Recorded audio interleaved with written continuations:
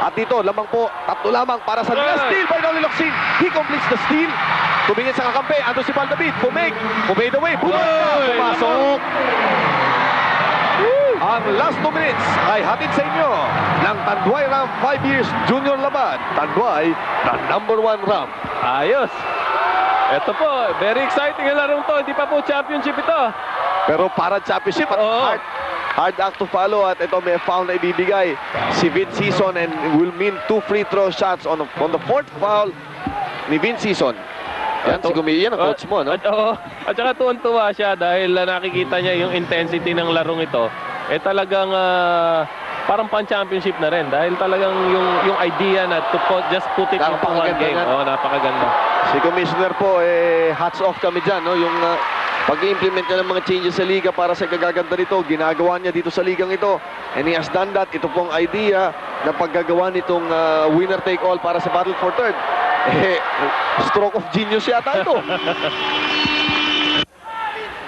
1:43 left in the ball game at hindi na ako nagtataka kung bakit ang PBA ay #1. After a while, no? Dito po, kumbaga sinasabi natin, nagpipik sa uli. Battle for Third lamang, akala mo, championship yung nakataya. Uy! Marlo Aquino almost losing the handle. At merong foul kay Dong Polistico. So it will be free throw shooting time for Marlo Aquino. Yun ang sinasabi natin itong PBA. Sabi nga nila nung minsan, baka daw nauubos na tagsasawa ang tao. Pero doon sa pinakita nung dami ng nanonood dito sa Metro Manila, sa buong Pilipinas, kumbaga, yung bagay na nagpipik ng 2 beses, bibihira yun. At nakikita natin yung signs na yan dito sa PBA ngayong taon. Alam mo, nangyayari yan na Chino pagka yung mga teams natin magandang equity nila. Yung maganda, kahit anong laban yan, makikita mo na close, makikita mo yung intensity. Yung patayan talaga. Talaga yung mga tao talagang yung inaabangan nila. At kami po ay nagpapasalamat, hindi lamang po dito sa teams na natitira dito sa 4 na natitira dito. Ngunit lahat po ng ating mga kasama. Hindi lamang po ang basketball ay teamwork, pati yung PBA teamwork yan. Pero ito na naman ang problema ng Ginebra. Yung pong free throw shooting nila. Mukhang minakahawa dito sa team na to. Walang naipasok, 2 tira. Open si Asaytono. Asaytono finishing with a foul from JV Gayoso. It's a 5-point lead and possibly more. Depende dito sa tira na ito ni Nelson Asaytono. It's 99-94 for San Miguel. Tinitingnan po natin muli. Ayan, ang lakas ni Nelson Asaytono. Gumambol dyan ng Ginebra. Nag-press sila early, no? So ang risk mo dyan is if they cross the ball and they find the open man, kamukha nga nang nangyari doon, talagang maiiwan ka. Potential na 2 points agad, no? That's a risk you have to take dahil kailangan mong pumrest talaga. Nelson Asaytono sa kanyang free throw shot rather. Will he complete? He fails to complete and JV Gayoso for the rebound.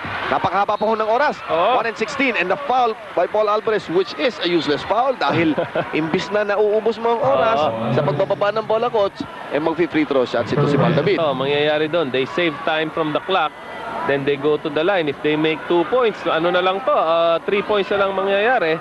And that's a matter of sinking a 3-point shot, ano? So making a stop and sinking that 3-point shot. Malas. Well, ang nakakaiyak na tira. Yun ang problema, no?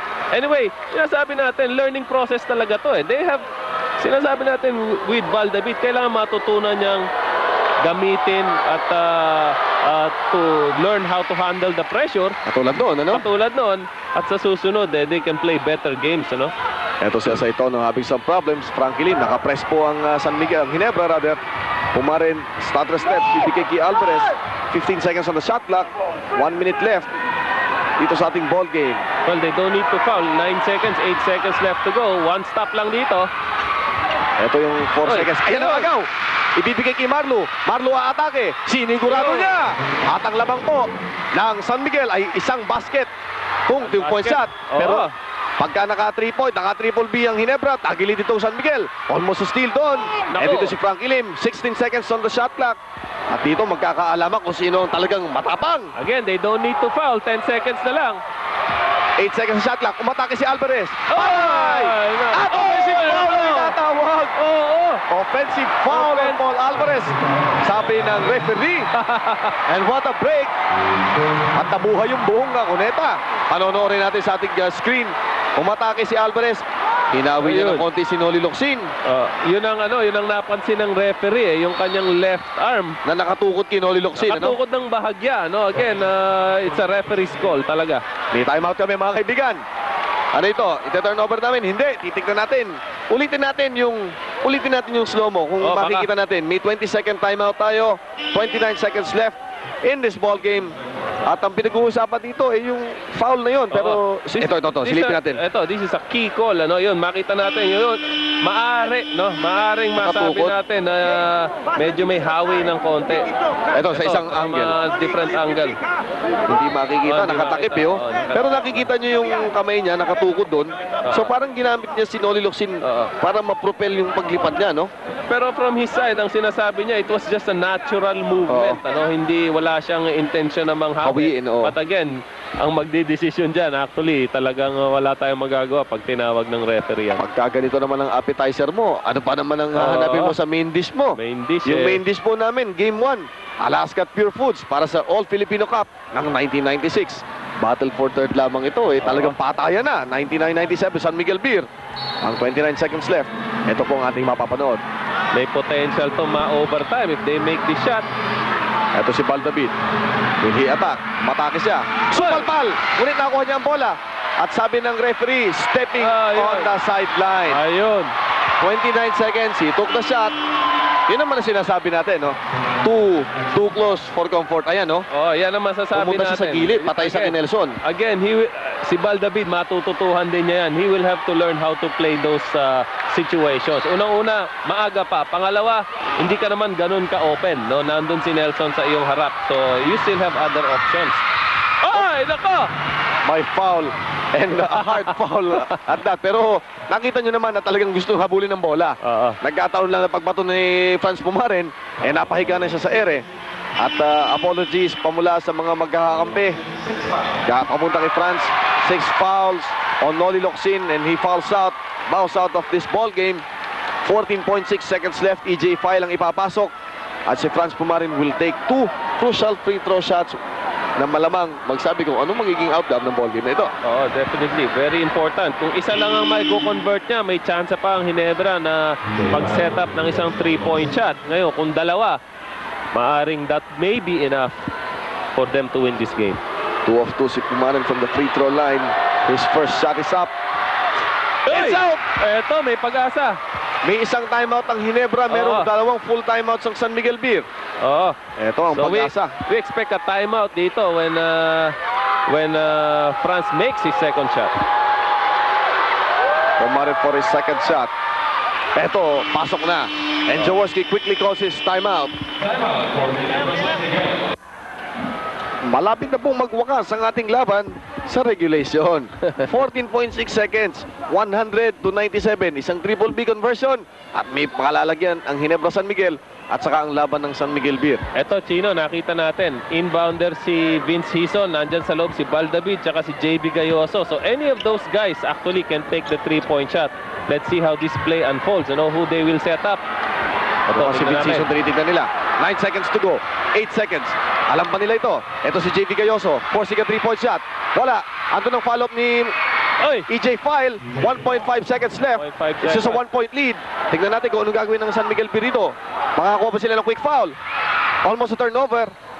At magtatapos na po ang ating laban. Nagtuloy-tuloy ang clock coach. Siguro meron doon mga 0.8 of a second left. But nevertheless. Pero they only stop it when the referees whistle. So, tingnan natin. May sinasabi, mukhang i-reset nila to... Ayun, 6.6. Tama. Nakita yan, meron pang 0.6 of a second left. At merong San Miguel Beer timeout.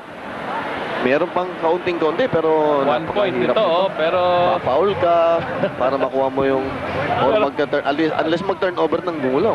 we've seen miracles before. So maaaring mangyari uli ngayon dito to, lalo na't Ginebra pa naglalaro. Opo, kung milagro lang ang pag-uusapan ako na magsasabi sa inyong talagang nangyayari ang milagro. So they need alam mo, mangyayari to kung makakakuha man ng bola Ginebra dito, right at the time they get the ball, they should be throwing the ball to their basket. Yun ang mahirap. Yun ang mahirap, no? Ang problema pa, kung fa-foul ka, will take you time, no? Para makukuha yung bola. Unless, siguro San Miguel commits sa turnover na talagang walang makakahawak ng bola, gugulong, Mapupunta sa kanila. mapupunta sa bola. Ginebra. Pero Mga possibilities na lang yan. Yung probabilities mababa eh.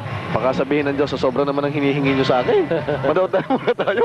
Anyway, nakikita natin dito, Coach. Sinasabi natin, balikan natin. San Miguel will go down fighting. Oo. No? At saka itong pag-finish nila dito, whether they finish third or fourth place, talagang achievement in itself. No? Ang team na ito just won 5 games last year. At ngayon, napakaganda ng kanyang katayuan. Oo, ngayon dati, when you see Ginebra, usually the stronger teams will strike them out and say, one win tayo oo. rito. Pero ngayon, kinatatakutan na yan. Hindi na mailista yung masasabing unang one bakod, win, eh, no? oo, hindi masasabing mananalo ka. This is the final 0.6 seconds. 0.6 second pa actually. Para sa San Miguel, ang kailangan ng nila is get that ball into somebody some of Tapos their na. teammates. Tapos na, no? So just for a teammate to touch that ball. Doon magkakatapos ang lamang ito. 0.6 of a second left. 100 to 99. Lamang ang San Miguel Beer ng isang punto. Ang battle for third. The winner take all affair. Ayun, Na. nakakuha na ni Ayan na. Alvarez. That's it. It ends with San Miguel Beer winning. The Plum, ang ating third place Plum ay makukuha ng San Miguel Beer. And the awarding, mga kaibigan, itutuloy na natin para sa koponan ng San Miguel Beer. Eto na, tagahanda na sila. Ito, kahit anong sabihin mo, trophy pa rin to. No? So, importante pa rin para sa team ito. At, Yung awarding, bago yung awarding, mga kaibigan, yung bago yung awarding, ibigay natin kay Ronnie Nathaniels, who is with Sonny Jaworski. okay. Great way in the battle for third. Coach, you must be proud of this team. Well, from where we came from, obviously it's a far better cry. However, we had that opportunity to have played in the finals, but that's how it goes, you know. And what's important is we learn from the group mistakes. And I also would like to take this opportunity to everybody who continue to cheer and support for the group. You know, the league has been a big success this conference, mainly because of the resurgence of Ginebra. What's the future like for Ginebra, Coach? I think it's going to be better because, as I said, if you notice our games, we would lose, but we would lose very closely. And on top of that, we have about 20 turnovers and a couple of free shots missed. And, these are subjects that we could really talk about and improve on. And I think we'll be there as usual, and we'll be going for the championship. Alam mo na, Coach, puro bata naman sa Ginebra. Tayong dalawa lang medyo matanda, pero Well, ewan ko. Pwede nyo, ha? Well, ewan ko, Ronnie, pero siyempre, bibigyan natin sila ng pagkakataon. At alam mo, nagkakamali, natural yan ha. Natural Kung yung Houston Rockets na out champion ha. Ang importante rito, at least kami, within the bounds of the court ang aming trabaho. We always give everything we have. And magtiyaga lang po kayo. That's why the fans love your team and love you. Coach, congratulations. We look forward to the second conference. I understand you're bringing a fantastic import. Well, we'll do that. We'll do that for the sake of the many, many millions who continue to support us. Coach, thank you very much. Salamat.